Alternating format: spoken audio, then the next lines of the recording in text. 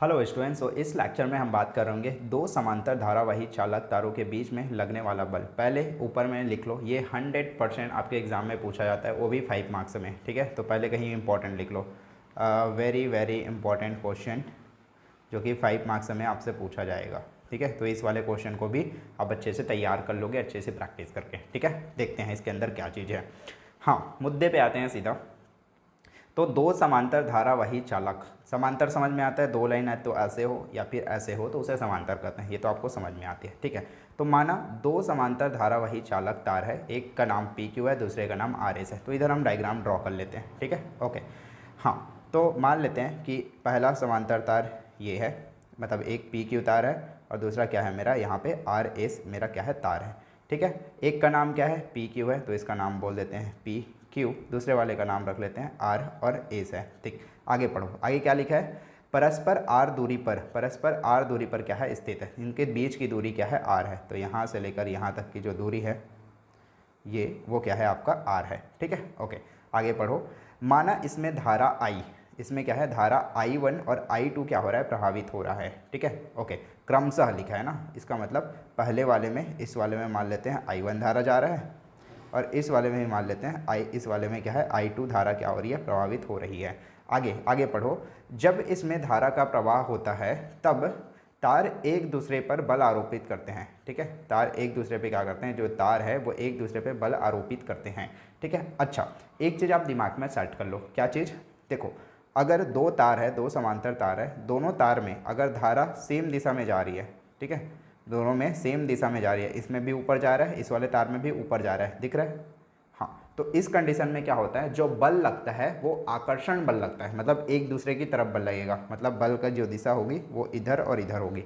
ठीक है, अगर विपरीत दिशा में जा रहा है, मान के चलो I1 ऊपर की तरफ जा रहा है और I2 ऐसा करके नीचे की तरफ जा रहा है, ठीक है, तो उस कंडीशन में क्या होता है, प्रतिकर्षण बल लगता है, मतलब बाहर की तरफ लगेगा। ये जो बल है F1 F2 वो क्या लगेगा, बाहर की तरफ लगेगा। समझ में आई बात, ओके। अब मुझे ये बताओ, यहाँ पे कौन सा बल लगेगा, आकर्षण बल लगेगा या प्रतिकर्षण बल लगेगा। 100% आकर्षण बल लगेगा। क्यों, क्योंकि दोनों में ही क्या हो रही है, देख लो, ऊपर की तरफ क्या हो रही है, धारा प्रभावित हो रही है। अब दोनों में ऊपर की तरफ धारा प्रभावित हो रही है, इसका मतलब क्या रहेगा, आकर्षण बल लगेगा। आकर्षण बल मतलब अंदर की तरफ बल लगेगा। ठीक है, ओके, तो यहाँ पे बल अंदर की तरफ और इधर भी क्या होगा, अंदर की तरफ बल लगेगा। ये पहले तार की वजह से, ये दूसरे तार की वजह से, एक तार दूसरे पे, दूसरा तार पहले पे क्या लगा रहा होगा, बल लगा रहा होगा, आकर्षण बल। इसको बोल देते हैं एफ से हम दर्शा देते हैं, ये हो गया एफ, इसको भी हम एफ से दर्शा देते हैं। ठीक है, अभी तक तो कोई डाउट नहीं होगा, ओके।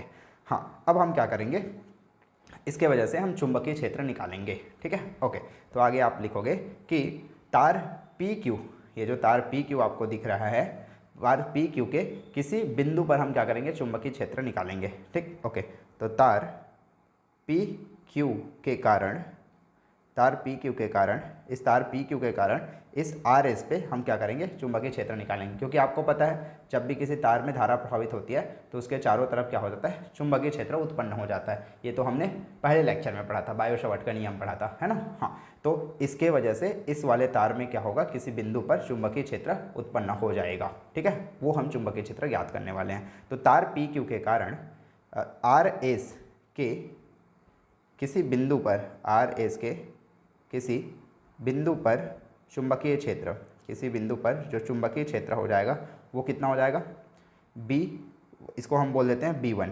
ठीक है, हाँ, पी क्यू के कारण जो चुंबकीय क्षेत्र लग रहा है उसको हम B1 बोल देते हैं। जैसे कि हमने धारा I1 माना था, वैसे ही हमने चुंबकीय क्षेत्र B1 मान लिया। ठीक है, ओके, तो B1 इक्वल टू क्या है, चुंबकीय क्षेत्र का फार्मूला हमें पता है ना, हमने ऑलरेडी पढ़ा हुआ है, डेरिवेशन किया हुआ है। अगर आपने नहीं देखा वो वाली लेक्चर तो पहले आप वो वाली लेक्चर जाके देखो, बायो-सावर्ट का नियम वाला। ठीक, ओके, तो यहाँ पे हो जाएगा μ0 डिवाइडेड बाई 2 पाई इंटू क्या हो जाएगा, I1 डिवाइडेड बाई R होगा, क्योंकि B1 है और I1 धारा प्रभावित हो रही है इसमें, इसलिए हमने क्या लिया है, I1 डिवाइडेड बाई R2 लिया है, सॉरी R लिया है। ठीक, ओके, अब तो तार P क्यू के कारण आर एस के किसी बिंदु पर चुंबकीय क्षेत्र ये हो गया। नाउ आगे क्या करोगे, तार आर एस के प्रति लंबाई पर जो लगने वाला बल है, क्योंकि बल भी तो लग रहा होगा ना, ठीक है, तो पहले बल निकाल लेते हैं। तो यहाँ पे लिखोगे तार आर एस के प्रति लंबाई, आर एस के प्रति लंबाई एल पर जो लगने वाला बल है, लगने वाला बल है, ठीक है, लगने वाला बल है, उसका फार्मूला क्या हो जाएगा, F इक्वल टू I2, क्योंकि RS पे लग रहा है तो RS में कौन सा करंट बह रहा है, ये I2 धारा बह रही है, ठीक है, ओके।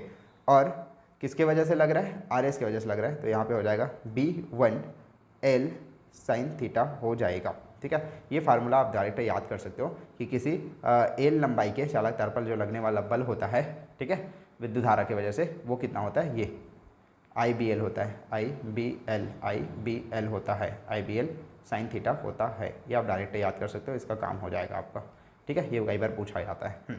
तो अब यहाँ देखो थीटा की आपको वैल्यू देखनी है।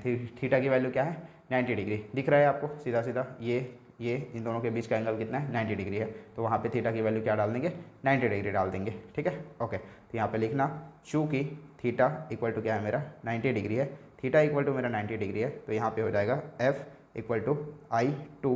B की वैल्यू आपको पता है, यहाँ पे ये देखो B1 की वैल्यू वो डाल दो आप, वहाँ पे क्या हो जाएगा, तो मल्टीप्लाई इंटू लिख लो μ0 divided by 2 into I1 divided by R into L sine theta हो जाएगा। इतना को मैंने लिख लिया B की वैल्यू पुट करने के बाद, ठीक है, ओके। अब क्या हो जाएगा, इसकी वैल्यू 90 डिग्री डालना है, ठीक है। साइन 90 की वैल्यू कितना होता है, 1। तो चूँकि साइन 90 इक्वल टू कितना होता है, 1 होता है, तो ये क्या हो जाएगा, कट जाएगा, 1 हो जाएगा वहाँ पे।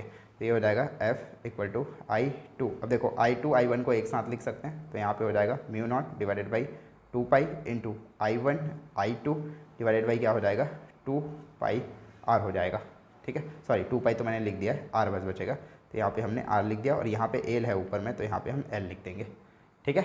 और इसकी वैल्यू कितना है, 1, तो वह लिखने की ज़रूरत नहीं है उसको, ठीक, ओके। नाउ यहाँ पे देखो ये जो L है उसको उठा के मैं इधर लेके आ सकता हूँ, ठीक है।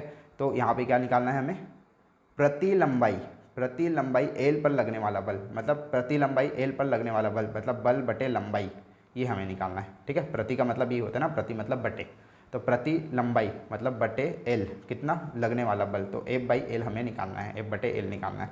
तो इस L को उठा के हम इधर लेके आ जाएंगे, तो यहाँ पे हो जाएगा F/L इक्वल टू हो जाएगा μ0 डिवाइडेड बाई 2 इंटू हो जाएगा मेरा I1 I2 divided by R हो जाएगा, ठीक है। और यही क्या है, अभीष्ट व्यंजक है, ठीक। हाँ, अब यहाँ पे एक और चीज़ कर लो, यदि I1 इक्वल टू I2 मान लेते हैं दोनों तार में समान धारा बह रही है, तो I1 equal to I2 equal to क्या हो जाएगा, I हो जाएगा। मतलब दोनों तार में समान धारा, समान एम्पियर की धारा बह रही है, तो उस कंडीशन में क्या हो जाएगा, I1 I2 के जगह I पुट करोगे तो I का स्क्वायर हो जाएगा, है ना। तो यहाँ पे हो जाएगा I/L equal to μ0 divided by 2 I के जगह भी I पुट किया, एक और I2 है उसके जगह भी I पुट किया, तो I इंटू आई क्या हो जाएगा, I का स्क्वायर, तो हो गया I का स्क्वायर हो जाएगा बटे R हो जाएगा। तो इस तरह से ये फार्मूला भी आपसे एग्जामिनर पूछ सकता है, ठीक है। धारा समान होगा तो ये आ जाएगा, धारा समान नहीं है तो ये हो जाएगा। यही क्या है, आपका अभीष्ट व्यंजक है। काफ़ी ज़्यादा आसान था, ठीक है, बहुत आसान शब्दों में हमने चीज़ें समझ ली अच्छे से, ठीक है। तो फटाफट आप स्क्रीनशॉट कर लो, वीडियो समझ नहीं आई तो अच्छे से 1-2 बार रिपीट करके देख लेना, क्योंकि काफ़ी ज़्यादा इंपॉर्टेंट प्रश्न है ये, ठीक है, डेरिवेशन है जो 5 नंबर में पूछा जाता है, ठीक, ओके। तो फटाफट आप स्क्रीनशॉट ले लो, फिर अपन आगे का भी स्क्रीनशॉट ले लेंगे। ले लिया आपने, चलो आगे बढ़ जाते हैं। हाँ, इतना का भी आप फटाफट स्क्रीनशॉट ले लो, डन, ठीक है। इस तरह से ये वाला डेरिवेशन भी हमने समाप्त कर लिया। मिलते हैं अपन नेक्स्ट क्लास में। अपन आप नए हो तो चैनल सब्सक्राइब कर सकते हो। चलो बाय।